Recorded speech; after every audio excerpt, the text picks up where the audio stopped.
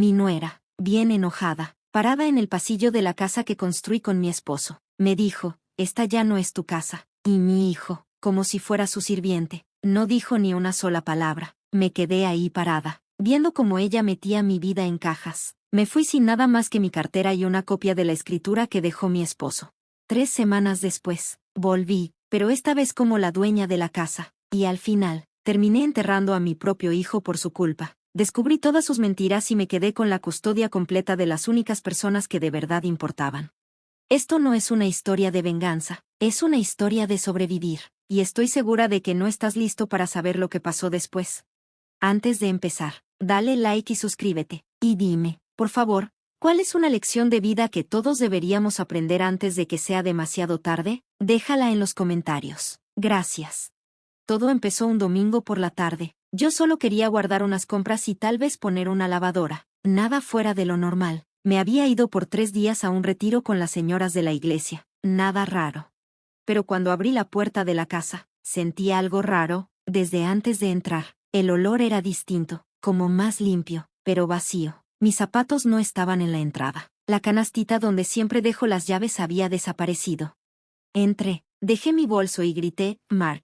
Nada, la cocina estaba en silencio, demasiado silencio. Entonces vi unas cajas, 5, todas cerradas con cinta y apiladas en una esquina, como listas para llevárselas. Una de ellas tenía mi letra escrita al lado, porcelana de Navidad. Sentí un nudo en el estómago. Fui al pasillo y vi que la puerta de mi cuarto estaba abierta de par en par, la cama sin sábanas, el cajón de la cómoda vacío, y la foto mía con Frank, de nuestro aniversario número 40 en Branson, estaba tirada en el suelo, con el vidrio roto. Y ahí, en medio de todo, estaba Vanessa, cruzada de brazos, como si me estuviera esperando. Ya habíamos hablado de esto, me dijo tranquila, como si solo me estuviera recordando algo. Dejaste la leche afuera. Dijiste que ibas a empezar a buscar dónde vivir.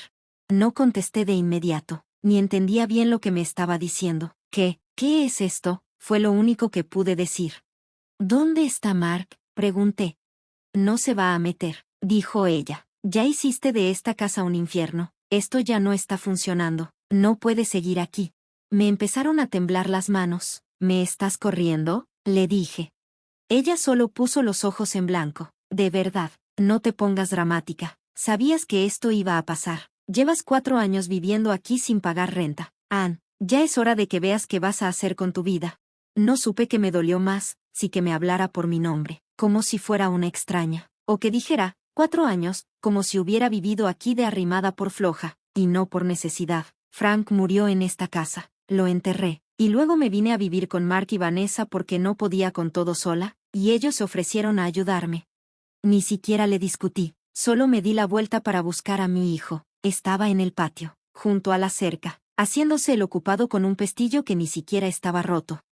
Mark, le dije, no levantó la cara. ¿Tú sabías de esto? Su silencio me dolió más que cualquier respuesta. Mark, repetí, y nada, seguía ahí, dándole vueltas al pestillo como si el tiempo se fuera a detener si se quedaba callado. Regresé a la casa y me topé con Vanessa. Ya estaba viendo su celular. Tienes hasta esta noche, dijo sin ni siquiera mirarme. Las cajas ya están listas. Pasé las siguientes 2 horas recogiendo lo poco que quedaba. Algo de mi ropa, unos cuantos cuadros que no habían tirado todavía, una taza que decía, la mejor mamá del mundo. Mark me tuvo cuando tenía 16 años. No lloré en ese momento, todavía no. Las lágrimas llegaron después, cuando ya estaba sola, dentro del coche, estacionada atrás del Dollar General a las 10 de la noche. No era un llanto fuerte, más bien un sollozo lento, de esos que se sienten como si te tragaran viva. Me escurrían por la mandíbula y el cuello, pesados, tristes. Sentía como si me hubieran borrado de mi propia vida. No hubo discusión, ni una pelea, solo una caja y una fecha límite. Pasé la noche ahí, sentada en el asiento del conductor, con el motor apagado, envuelta en una cobija de emergencia toda rasposa que tenía guardada en la cajuela. Buscando unas pastillas en la guantera, encontré un sobre que Frank me había dado 6 meses antes de morir. Por si pasa algo, me dijo en su momento. Nunca lo abrí, no sé por qué, tal vez por miedo. Pero esa noche, sí lo abrí. Adentro, había solo una frase, tú sigues teniendo el 51%. Y abajo, Una copia de la escritura de la casa, con mi nombre y la firma de Frank. Me quedé viéndola hasta que salió el sol. Y por primera vez en 2 años, no me sentí derrotada, me sentí enojada, me sentí viva, me sentí como en casa. No dormí esa noche, me quedé ahí, sentada, viendo la copia de la escritura que Frank había guardado. Ahí estaba mi nombre, clarito, justo arriba de su firma, como si fuera su forma de protegerme, incluso después de muerto. 51%. No era solo un recuerdo, ni una caja vieja, ni una historia olvidada, era algo legal, válido, y sobre todo, mío. Esperé hasta las 9 de la mañana y manejé directo a la oficina de abogados donde trabajaba Frank. Era un edificio chiquito de ladrillo sobre la calle Maple, con un letrero viejo que todavía decía Goldman y Brice LLP, aunque Brice había muerto desde el 98. La secretaria de Frank, Linda, me reconoció en cuanto entré, y en menos de 20 minutos ya estaba sentada frente a Darren, el hijo de Frank.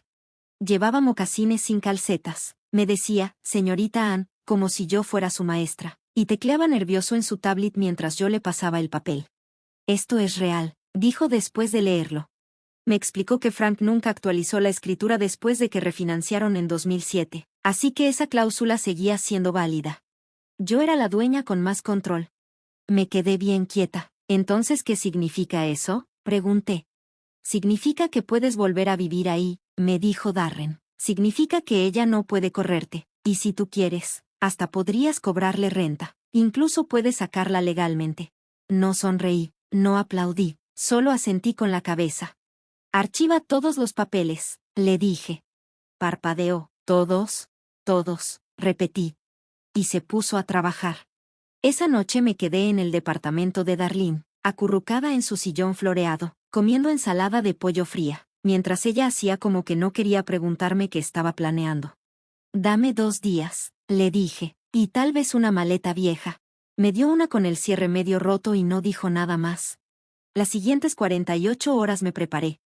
Quité mi nombre de los recibos de la casa, mandé a cambiar la dirección del correo. Hice que Darren presentara un documento legal de reingreso que iba a llegar al condado y a Vanessa el lunes. También llamé a un amigo viejo de Frank, un ex policía llamado Lou, que ahora se dedica a instalar sistemas de seguridad para personas mayores. ¿Necesitas cámaras adentro?, me preguntó. Solo en la sala y la cocina, le dije, quiero tener todo grabado.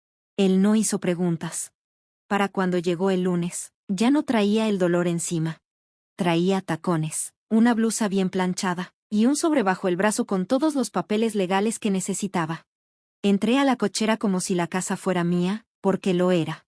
Vanessa estaba en la ventana del frente, con una taza de café y una cara como si se hubiera tragado un insecto. Mark no estaba en casa. Toqué y abrí la puerta sin esperar. Ella se me puso enfrente, bloqueando el paso del pasillo. No puedes simplemente, empezó a decir. Ya cambié el contrato de arrendamiento, le dije tranquila. No regreso como tu suegra, regreso como la dueña. Vanessa miró los papeles. Esto es una broma, dijo. El nuevo contrato dice que el pago se vence cada 5 del mes, servicios no incluidos, y ya no puedes usar la despensa, eso es para inquilinos que pagan. Se le quedó la boca abierta, y luego la cerró. Mark no aprobó esto, dijo. Mark no es dueño de la casa, le respondí. Pasé junto a ella y entré a lo que antes era mi cuarto. Estaba vacío, pero no por mucho. La maleta de Darlene venía atrás de mí, junto con el técnico que instalaba las cámaras y 2 cajas marcadas con documentos y cosas esenciales. Pasé la tarde desempacando, mientras Vanessa caminaba por toda la casa como si con eso pudiera derrumbar las paredes. Como a las 5 de la tarde, Mark llegó, escuché sus llaves antes de verlo. Y cuando entró, sus hombros se le cayeron, como si hubiera estado cargando una montaña. Mamá, dijo, ¿qué haces aquí, viviendo en mi casa? Le contesté sin emoción, estoy viviendo en mi casa. Volteó a ver a Vanessa, ella no dijo nada. Yo ya había presentado los papeles con el abogado, y las cámaras eran legales y estaban bien registradas. Mark se frotó las sienes. Esto no es lo que papá hubiera querido, murmuró. Quise gritar. Quería agarrarlo de los hombros y decirle, no uses a papá como excusa, cuando tú te quedaste callado y dejaste que ella me corriera como si fuera basura, pero no lo hice. Solo le dije, entonces tal vez debiste haber leído los papeles que dejó. Esa noche cerré la puerta con seguro y me senté al borde de la cama, viendo la pared. No sentí que fuera una victoria. No era venganza. Era justicia, una corrección. Pero sabía que esto no era el final. Porque mujeres como Vanessa no se quedan calladas. Pierden, pero hacen mucho ruido. Y estaba a punto de ver qué tan escandalosa podía ser. No me lo tomé con calma. Volví con control total, y me aseguré de que los dos lo notaran. El martes por la mañana, le puse candado a la despensa, cambié la contraseña del wifi, ajusté la lavadora para que solo funcionara con tarjeta prepago, y llamé a control de plagas sin decirle nada a nadie. Aquí no hay plagas, gritó Vanessa cuando llegó el señor del overol. Ahora sí va a haber, le contesté, dándole una lista de lugares para fumigar. Vanessa me siguió hasta la cocina, quejándose de los límites, lo legal y su espacio personal, pero yo ni me inmuté. Había impreso 3 copias del nuevo contrato, una pegada en el refri, otra en el corcho del pasillo, y la última en un sobresellado, en su mesa de noche. Todo firmado, todo legal. Esto es acoso, murmuró. Esto es administrar una propiedad, le contesté y me fui. Esa noche trató de jalar a Mark a su lado. Lo sentó en la sala después de cenar, seguramente queriendo que él me enfrentara. Pero Mark solo se veía cansado. Se sentó en el filo del sillón, se talló el cuello y dijo, tal vez es algo temporal, tal vez solo hay que darle espacio. Vanessa explotó, no es una invitada. Mark, nos trata como si fuéramos inquilinos. Somos inquilinos, dije yo desde el pasillo. Esta casa no es tuya. Vanessa salió hecha una furia y azotó la puerta. Mark no la siguió. Lo noté. Se estaba encerrando en sí mismo, como hacen los hombres cuando se dan cuenta de que están perdiendo de los dos lados, y no saben cómo mantener el equilibrio. Todas las noches empecé a revisar las cámaras de seguridad desde mi celular. Solo por rutina, nada obsesivo. Casi todo era aburrido, hasta el martes. Vanessa salió de la casa como a las 6:45 de la tarde. No le dijo nada a Mark, no se llevó a los niños, solo dijo que iba a tomar vino con Julie. Volvió a la 1:12 de la mañana. Y no era por el vino. Ni venía borracha. Parecía que todo estaba ensayado. Tomé nota, no dije nada. La semana siguiente, lo mismo. El martes se fue y volvió tarde, esta vez con otro perfume. Lo olí desde el pasillo. El miércoles en la mañana abrí mi computadora, entré a Airbnb y publiqué la recámara de invitados. Usé un nombre falso. Solo puse una regla, acceso solo a inquilinos con identificación verificada. Nada de llegadas el mismo día. Vanessa se volvió loca al ver la publicación. Estás rentando nuestra casa a extraños. Es mi casa, le dije. Y no son extraños. Son huéspedes verificados. Tengo hijos, me dijo. Entonces no debiste correr a la persona que los ayudó a criarlos, le contesté. El primer huésped llegó el viernes. Un chavo universitario, buena onda, educado. Se quedó 2 noches. Dejó una buena reseña. Vanessa no me habló en todo el fin de semana. El domingo en la noche trató de reiniciar el wifi para bloquearme, pero no le funcionó. Tenía el módem en mi cuarto, con contraseña, bien protegido. Golpeó mi puerta como 10 minutos. No le contesté. Quería que sintiera como ese control que antes tenía, se le iba de las manos poco a poco. El lunes en la mañana la seguí, no más para estar segura. Salió en pants de yoga, sin bolsa de gimnasio, sin tapete. Manejó unas 10 millas hacia las afueras de la ciudad y se estacionó frente a unos departamentos tipo estudio que no conocía. Yo me paré más adelante, en la esquina. No entró luego. Se quedó afuera, caminando de un lado a otro, viendo el celular, nerviosa. Entonces salió un hombre, como de 30 y tantos, peinadito de más, muy relajado. La saludó con un beso en la mejilla. Ella le dio uno en la boca, largo. Eso no era de amigos. Entraron juntos. Estuvieron adentro como 2 horas. Cuando ella salió, no traía cara de felicidad. Se veía pálida, como enferma, como si todo ese show la hubiera dejado vacía. Manejaba rápido de regreso. No la seguí. Ya tenía suficiente. Esa noche revisé las cámaras. A las 11:43 de la noche, abrió la puerta de atrás y dejó entrar al mismo tipo. Él fue directo a la cocina, tomó de mi taza, y luego se fue a su cuarto. Mark estaba dormido en el sillón, con el celular en la mano, sin darse cuenta de nada. Grabé todo. Lo subí a la nube, Hice una copia en una USB y le puse, solo para uso legal. Después me senté en la cama y me quedé viendo el techo como por 2 horas. Ya no se trataba de atraparla. Se trataba de proteger lo poco que quedaba. Porque Mark ya no solo estaba callado. Mark estaba desapareciendo. Y no iba a dejar que se me fuera sin luchar. No le enseñé el video luego. Porque, en el fondo, no sabía si de verdad le importaría. Mark cada día estaba más callado, más apagado. Como si ya hubiera tirado la toalla y solo estuviera en piloto automático. Trabajaba más horas, dormía más tiempo en el sillón, comía como si solo lo hiciera por obligación. Empecé a observarlo como cuando ves una fogata que ya casi se apaga. Quería echarle algo para que no se extinguiera del todo. El problema era que él no quería ayuda. Cada vez que yo trataba de decirle algo, cambiaba el tema con una broma o se salía del cuarto, como si no pudiera estar cerca de mí. No fue hasta el jueves que por fin vi lo que de verdad estaba pasando. Entré al garaje buscando un desarmador viejo, y encontré un closet cerrado que no había visto en años. Era un closet que usábamos para guardar cosas de campamento y latas de pintura. El candado estaba bien chafa, de esos que puedes romper con un cuchillo para untar mantequilla. Adentro, detrás de un montón de papeles y cables llenos de polvo, encontré una cajita de madera. La abrí, y había 3 frascos de pastillas. Ninguno tenía la etiqueta bien. 2 tenían el nombre de Mark escrito con plumón. El tercero no decía nada. Me los llevé a la cocina y me puse a buscar en internet cómo se veían esas pastillas. No eran antidepresivos. Eran benzodiazepinas, pastillas para dormir, relajantes musculares. Una de ellas era súper adictiva si se mezclaba con alcohol. Y Mark había empezado a tomar otra vez. No mucho, pero lo suficiente como para preocuparme. De repente todo tenía sentido. ¿Por qué se le olvidaban cosas? ¿Por qué arrastraba las palabras como si nadie lo notara? Esa noche lo esperé. Llegó tarde, con un leve olor a alcohol y con cara de que había envejecido 5 años en una semana. No lo enfrenté. Solo le pregunté si quería un té. Dijo que no.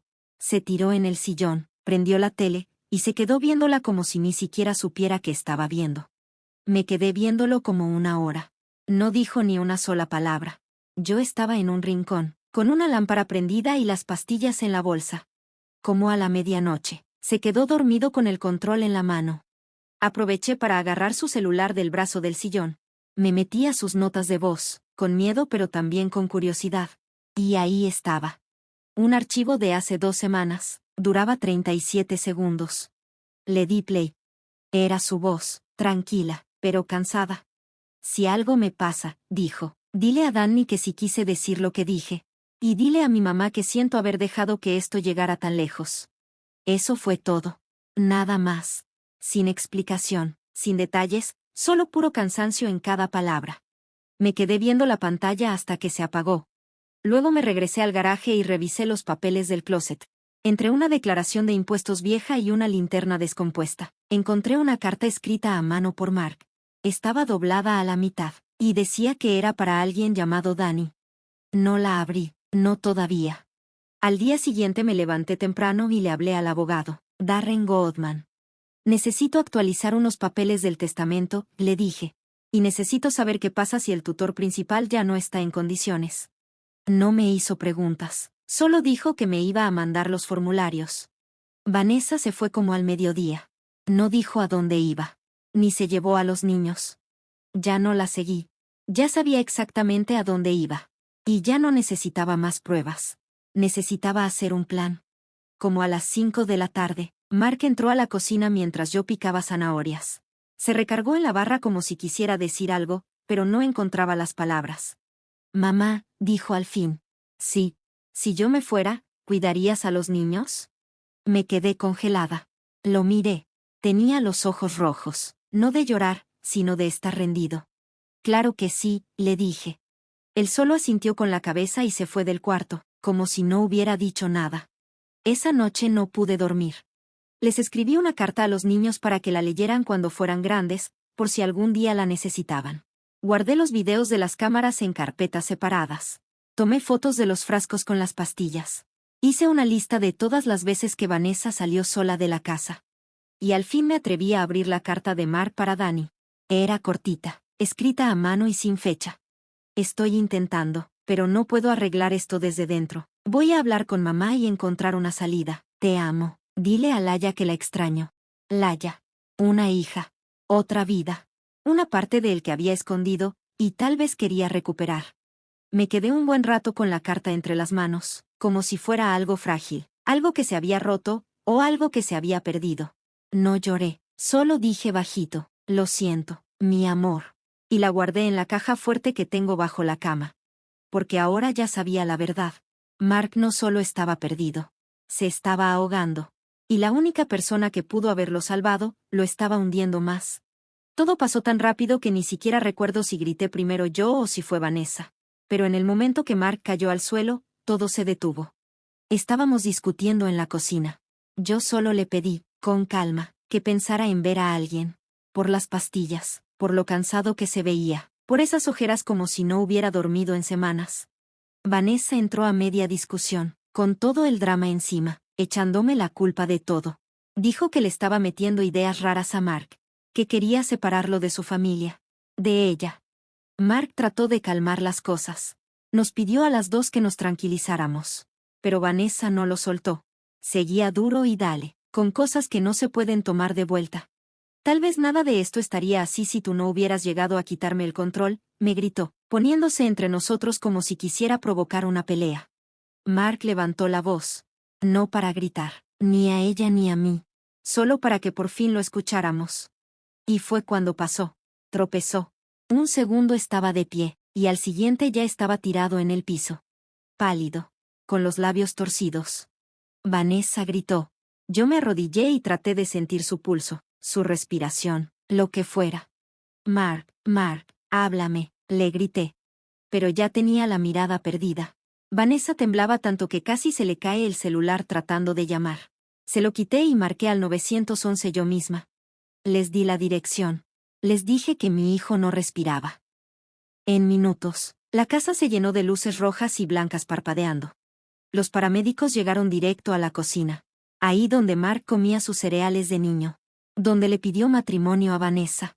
Donde tallábamos calabazas en Halloween con los niños. Intentaron todo. Masajes cardíacos, desfibrilador, oxígeno. Pero en cuanto vi su cara, supe que ya se había ido. En el camino al hospital, nadie dijo nada. Solo se escuchaba la sirena. Yo iba sentada a su lado, tomándole la mano, como si pudiera regresarlo. Susurrándole todas las disculpas que le debía. Debí darme cuenta antes, le dije. Debí obligarte a hablar conmigo. En el hospital nos dejaron en la sala de espera unos 20 minutos. Y luego salió un doctor joven. Tenía cara de no saber cómo decirlo. Solo me vio, y movió la cabeza. Hicimos todo lo que pudimos, dijo el doctor. Vanessa se dejó caer en una silla. Yo me quedé parada, con su cartera aún en la mano, y su olor todavía en las mangas de mi suéter. Cuando una enfermera me preguntó si quería ver el cuerpo, dije que sí. Vanessa no se movió. Entré al cuarto donde lo tenían. Todo limpio, con luz bajita, como si quisieran hacer que no pareciera lo que era, una sala de muertos con adornos. Me senté junto a él y le puse la mano en la frente. Estaba fría. No te merecías esto, le susurré. Tú solo querías escapar. Ahora ya lo entiendo. Al volver a casa, el silencio era horrible. Vanessa se encerró en su cuarto. Los niños se quedaron con sus abuelos esa noche. Yo me senté en la sala y empecé a repasar todo en mi cabeza, las señales, los momentos que ignoré. Después abrí la laptop y revisé todo el material. Fue el miércoles de la semana pasada, en la mañana, cuando lo encontré. Vanessa en la cocina. La taza de Mark sobre la mesa. Ella abrió un cajón, sacó una botellita y echó algo dentro de la taza. Fue rápido, suave, como si ya lo hubiera hecho muchas veces. Volvió a poner la taza como si nada. Un minuto después, Mark llegó y se la tomó sin sospechar nada. Me quedé viendo ese video por un buen rato. Luego lo guardé, lo subí a la nube y también lo copié en la USB que tengo en la caja fuerte. Esa noche no dormí. Abrí otra vez la carta que Mark le había escrito a Dani y la volví a leer. Dile a Laya que la extraño. Todavía no sabía quién era Laya, pero entendí que ella era importante para él. Y también supe que a Vanessa no le importaba a quien dañaba con tal de seguir controlando su historia. El funeral fue 3 días después. Vanessa se hizo la viuda triste. Traía un vestido negro, demasiado ajustado. y fingía que lloraba con un pañuelito, aunque no se le salió ni una lágrima. Ahí, en el cementerio, una mujer se me acercó, pelo oscuro, joven, y cargando a una niña con los ojos de Mark. ¿Eres Ana?, me preguntó despacito. Yo soy Dani. Ella es Laya. No lloré. No me quebré. Solo asentí y le dije, he estado esperando conocerte. Porque en ese momento, la verdad ya no era solo mía. Ahora tenía un rostro, un hijo, un futuro. Y Vanessa no tenía ni idea de lo que se venía. Laya se parecía a él. Tenía esos ojos de Mark, grandes y un poco asustados. Y la manera en que se agarraba de la pierna de Dani me recordó a cuando Mark, de niño, se escondía detrás de mi falda cuando tenía miedo. Me agaché despacito, sin querer asustarla, y la saludé con voz suave. No dijo nada. Solo me miró, como tratando de grabarse mi cara en la mente. Dani se movió, algo incómoda, y me dijo. No sabía si debía venir. Él solo dijo que te contara todo, que estaba buscando una salida. Asentí. Sí, lo estaba. No hablamos mucho, solo unas cuantas palabras calmadas. Antes de irse, ella me dio un sobre. Él escribió esto para ti, me dijo Dani, por si no lograba salir. Lo tomé como si fuera un pedacito de él que todavía estuviera vivo. Vanessa no vio cuando me lo dio. Estaba muy ocupada fingiendo que lloraba frente a los vecinos y hablando bajito con su mamá sobre los lugares del funeral. Esperé a estar sola en casa para abrir el sobre. La letra de Mark era rápida y desordenada.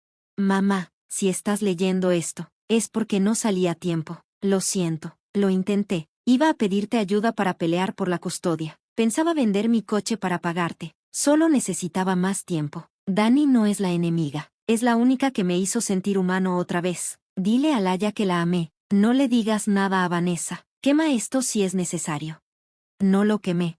Lo guardé en la caja fuerte a prueba de fuego, junto con la USB y el video donde Vanessa le pone algo a su bebida. Después llamé a Darren, el abogado. ¿Qué necesito saber sobre la tutela?, le pregunté. Me explicó que necesitaba pruebas de que Vanessa no estaba en condiciones, ya sea emocional, legal o económicamente. Yo ya tenía algunas, pero no suficientes. Todavía no. Así que me puse a buscar. Revisé la casa de arriba a abajo, con cuidado, sin hacer ruido, aprovechando cuando Vanessa salía con los niños o se iba a trabajar a su oficina carísima de coworking. Encontré dos cosas importantes. Primero, un montón de estados de cuenta de tarjetas de crédito escondidos detrás del jabón para ropa. Vanessa estaba ahogada en deudas. Tenía 3 tarjetas hasta el tope, una a nombre de Mark, y no había pagado ninguna en meses. Segundo, una caja de metal, chiquita, escondida en la parte de atrás de su closet. Adentro había un celular viejo, de esos que se usan para no dejar rastro. No tenía bloqueo, solo contactos y mensajes. La mayoría de los mensajes eran de alguien guardado como R. El más reciente decía, está husmeando demasiado, hay que calmarnos. Le tomé fotos a todo. Luego marqué el número. Sonó 2 veces y luego entró al buzón. Una voz de hombre dijo, soy Ryan, sea breve. No dije nada, colgué. No quería dejar huella. Al día siguiente, llamé a la oficina del terapeuta de Mark. Me presenté como la encargada legal de su patrimonio y pedí cualquier documento que pudiera servir para pedir la tutela de los niños. Me mandaron un resumen de las sesiones, y por error, una carpeta digital con una grabación de audio marcada como sesión conjunta solo Vanessa. Le di clic, me quedé congelada. Se escuchaba claro. Mark decía que quería irse, que pensaba llevarse a los niños. Y ella le respondía. Le dije que nadie le iba a creer, ni con lo de las pastillas, ni con el alcohol. No quise ser tan dura, pero, la verdad, parte de mí solo quería que dejara de hablar. Le di algo, no me acuerdo qué, solo necesitaba que se durmiera. La escuché 2 veces. Guardé el archivo. No se lo mostré a nadie. Todavía no. Esa noche, Vanessa llegó feliz, como si se le hubiera olvidado que en esa casa acababa de morir alguien. Se ofreció a pedir comida tailandesa. No dije nada. Ella me preguntó si podía cuidar a los niños el fin de semana mientras ella se relajaba. Le dije que sí, no porque quisiera ayudarla, sino porque eso me daba tiempo. Mientras ella no estaba, metí la primera solicitud de tutela urgente. Entregué las pruebas financieras, el video y el audio con una transcripción escrita. Darren me dijo que eso podía tardar semanas, tal vez meses. A menos que tengas algo público, me dijo, algo que haga que la gente esté de tu lado. Los jueces también leen las noticias. Fue ahí cuando llamé a Jules, el conductor de un podcast local sobre crianza. Tenía 300.000 seguidores y era conocido por exponer a malas madres con elegancia, y con todo. No le conté todo. Solo le mandé el audio, de forma anónima, con el asunto, la confesión secreta de una madre. Respondió 2 horas después, lo publico esta noche. Cerré la compu, apagué las luces, y esperé a que empezara la guerra. Esa noche no dormí. No por miedo a Vanessa, ese tiempo ya había pasado. Sino porque sabía que esto no iba a ser fácil. No con el desastre que Mark dejó, sin testamento, y con una casa llena de secretos. El del juzgado me dio fecha para dentro de 2 semanas. Me dijo que, si quería que el caso fuera urgente, tenía que probar, de verdad, que los niños estaban en peligro.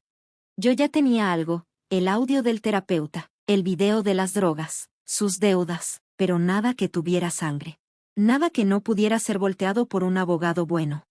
Y Vanessa ya tenía una abogada de Des Moines, de esas que hablan rapidísimo, con cara de que desayunó a sus propios abuelos y que subía frases motivacionales falsas a Instagram entre Victoria y Victoria en casos de custodia.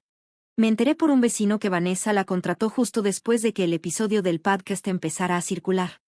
No se volvió viral como esperaba, pero sí lo escuchó bastante gente, especialmente en la escuela de los niños.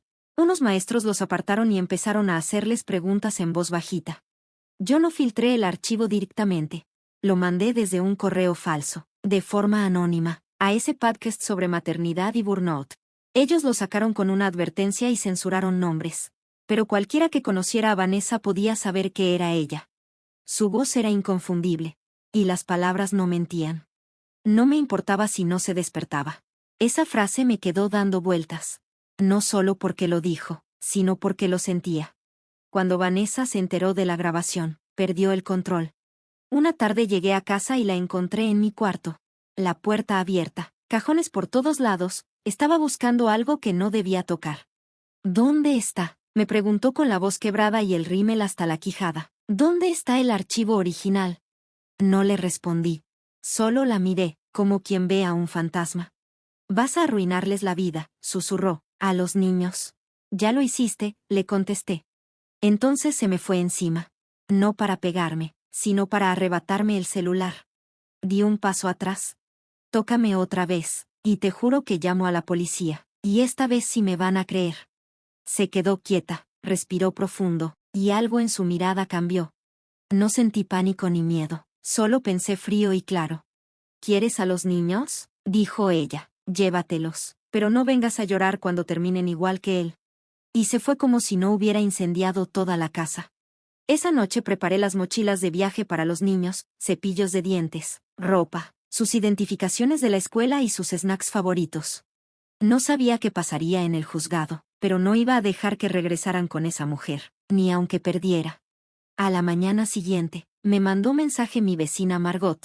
Ella había sido amiga de Vanessa. Tomaban vino los viernes por la noche y platicaban en las reuniones de la asociación de padres. Me dijo, Ann, tenemos que hablar. Vanessa dijo cosas de ti que no sé si creer. La invité a tomar té y le mostré todo, los papeles del juicio, la carta de Mark, la grabación del terapeuta. Margot se quedó callada 20 minutos, sin parpadear, y luego me dijo que tú estás emocionalmente inestable, que manipulas a los niños y que quieres quitarle su casa. Lo dice porque sabe que va a perder.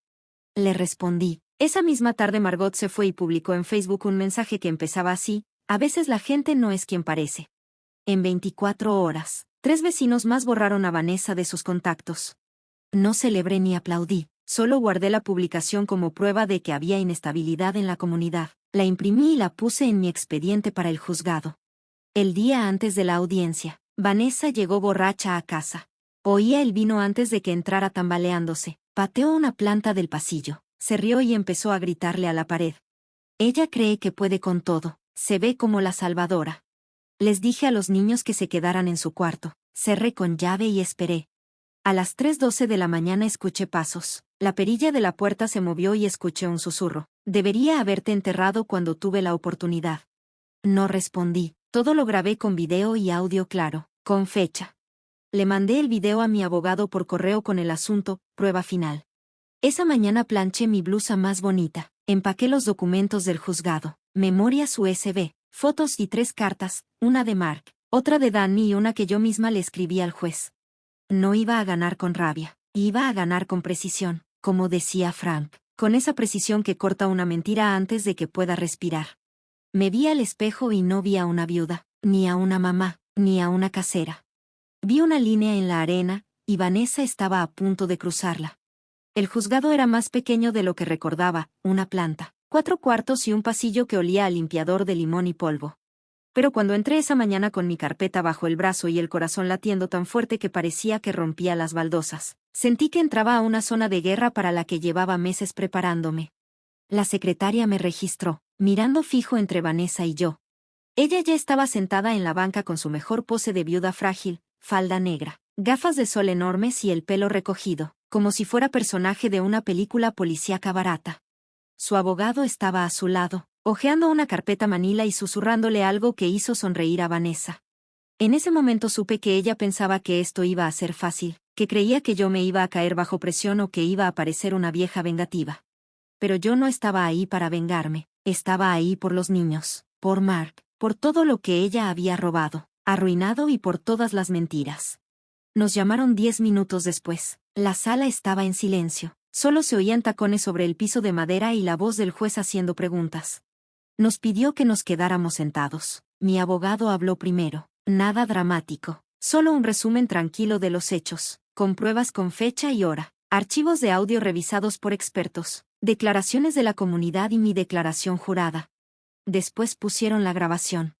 La sala se quedó en silencio cuando la voz de Vanessa salió por los altavoces, temblorosa y rápida, pero clara como el cristal. Ella decía que no quería matarlo, pero que no le importaba si no despertaba. Su abogado objetó, dijo que no se podía usar esa grabación, pero el juez dijo que sí. Esto no es un juicio penal, dijo, y esta es su voz. El abogado no dijo nada más. Vanessa estaba quieta, apretándose los brazos como si quisiera salirse de su piel. Yo no la miré, mantuve la mirada al frente, con la barbilla en alto y las manos firmes sobre la mesa. Cuando fue mi turno de hablar, me paré, sin notas, sin nada escrito, solo dije la verdad. Hace 6 semanas enterré a mi hijo, dije, enterré al niño que crié, al hombre que trató de hacerlo todo bien y que murió solo en una casa donde las personas que deberían haberlo amado más, lo alimentaban con veneno, silencio y miedo. No pido venganza, pido seguridad, la oportunidad de criar a mis nietos en un hogar donde no sean usados como herramientas, donde no tengan que ver el caos y donde puedan crecer con amor, no con miedo. La han escuchado decir que no le importaba si él moría, pues pregúntense qué les hace pensar que le importe si sus hijos salen lastimados. La sala estaba en un silencio total, ni el juez habló por un momento, luego asintió. Nos dijo que revisaría todas las pruebas esa noche y daría su fallo mañana a las 9 de la mañana. El abogado de Vanessa quiso que desestimaran el caso de inmediato, diciendo que era manipulación emocional. El juez dijo que no. Traigan a los niños mañana, dijo, la decisión será definitiva. Afuera el aire estaba caliente y pesado. Vanessa trató de hablar conmigo en el pasillo. Dijo algo sobre cómo yo estaba destruyendo su vida y que no entendía lo que era estar sola. Yo no me detuve a contestar, no, porque no estaba sola. Ella se había encargado de todo eso con cada mentira, cada pastilla, cada noche que pasó con alguien más mientras mi hijo moría en su casa. Conduje a casa, fui por los niños a la casa de Darlene, les preparé la cena, los bañé, les leí cuentos, los arropé y me senté en el pasillo 1 hora, solo escuchando cómo respiraban. Pensé en la nota de voz de Mark, en cómo susurró mi nombre como si fuera un salvavidas, en cómo me pidió que cuidara de los niños si alguna vez se iba. ¿Cuidarías a los niños? Esa pregunta me atormentaba más que su muerte, porque él sabía lo que iba a pasar, pero aún así se quedó. Esa noche escribí una última carta, la sellé, la dirigí a los niños y la guardé en la caja fuerte con todo lo demás, por si algo salía mal mañana. Quería que tuvieran toda la verdad que pudiera darles. Di una última vuelta por la casa, pasé por la cocina donde Mark se cayó, la sala donde vi por primera vez el romance en cámara, el pasillo donde Vanessa susurró que debería haberme enterrado. Cada rincón tenía recuerdos, cada cuarto era un recordatorio de lo rápido que se puede acabar un hogar. Me acosté sin poner alarma, sabía que despertaría, Ya no dormía mucho, no de la forma que importaba. Solo esperaba la mañana, el veredicto, la última carta. Llegué al juzgado antes del amanecer. Aparqué en el mismo lugar que ayer. Me senté en silencio 15 minutos antes de entrar porque necesitaba ese momento. Necesitaba estar sola con el peso de lo que significaba este día.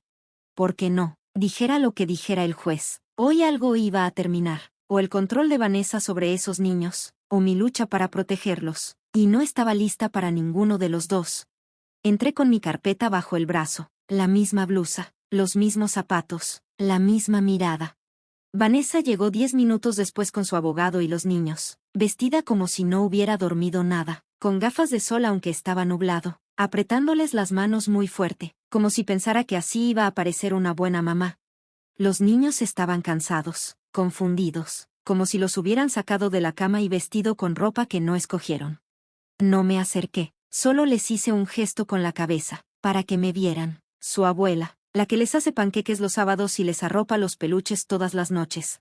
No saludaron, no sonrieron, pero me vieron, eso fue suficiente. La sala se llenó poco a poco.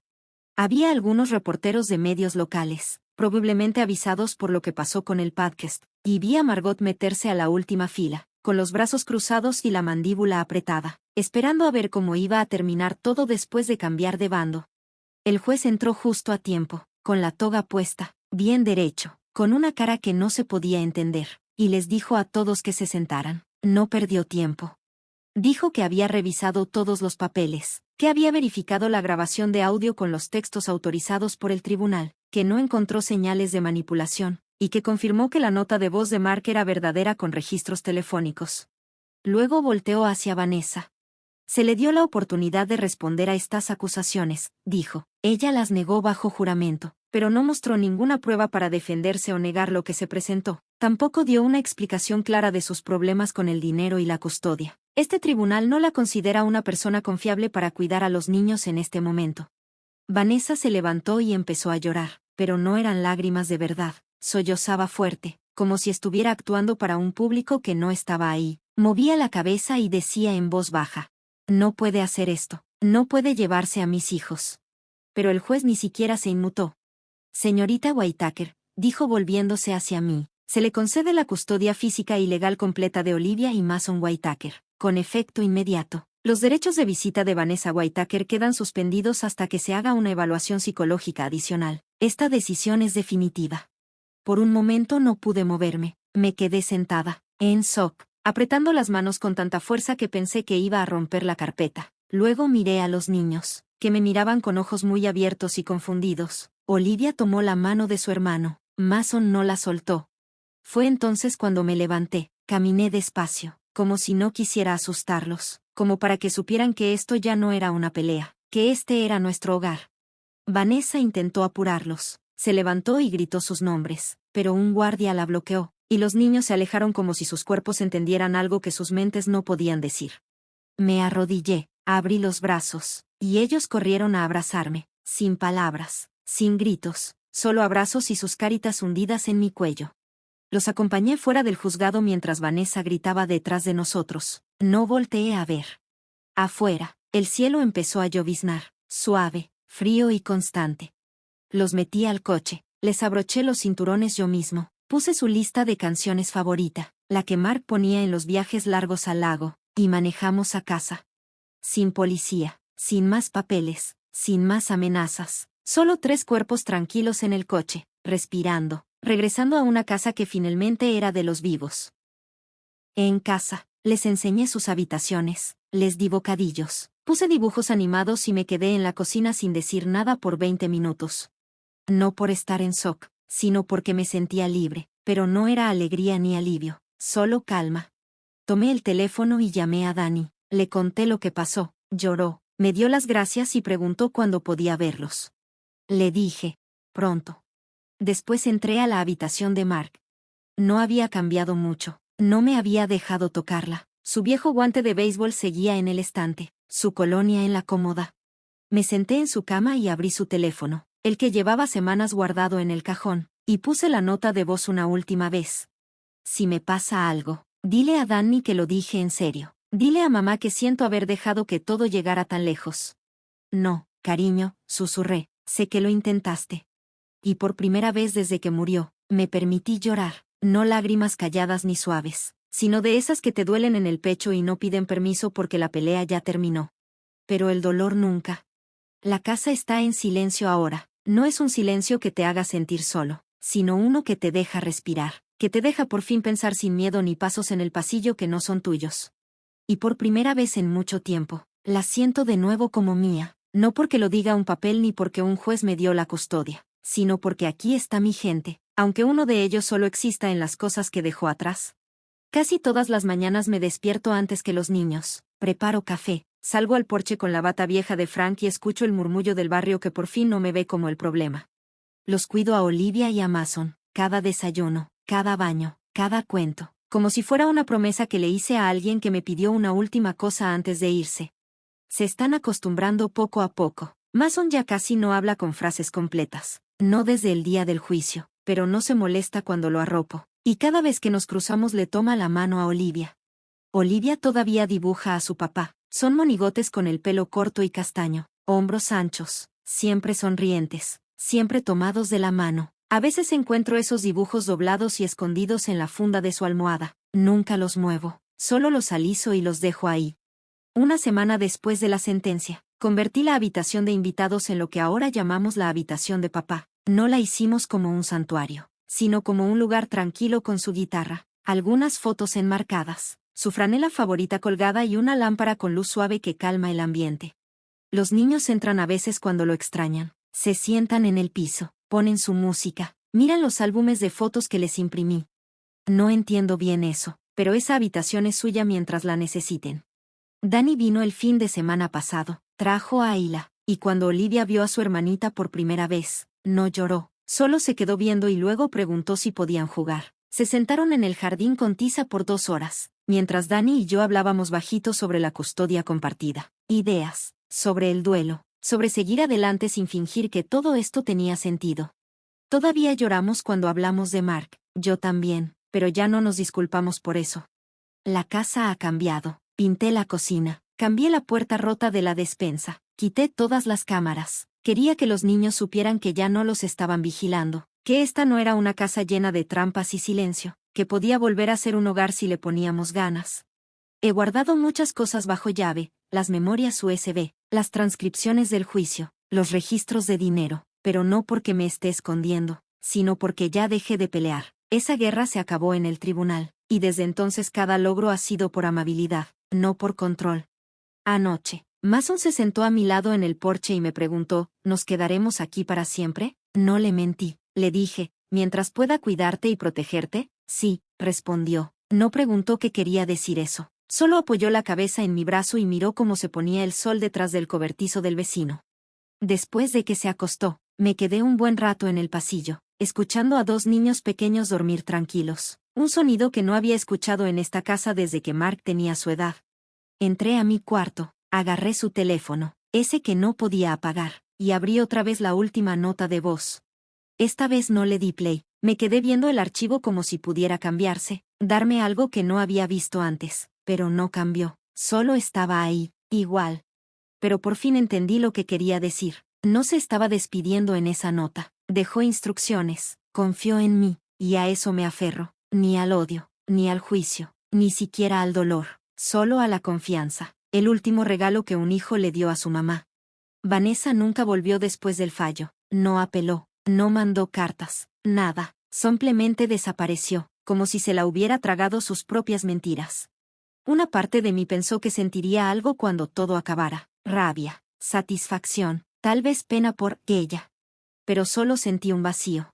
Sinceramente, eso es mejor que el veneno, porque esta casa, esta vida, estos niños, no son parte de una historia de venganza, son parte de una reconstrucción, ladrillo por ladrillo, día a día.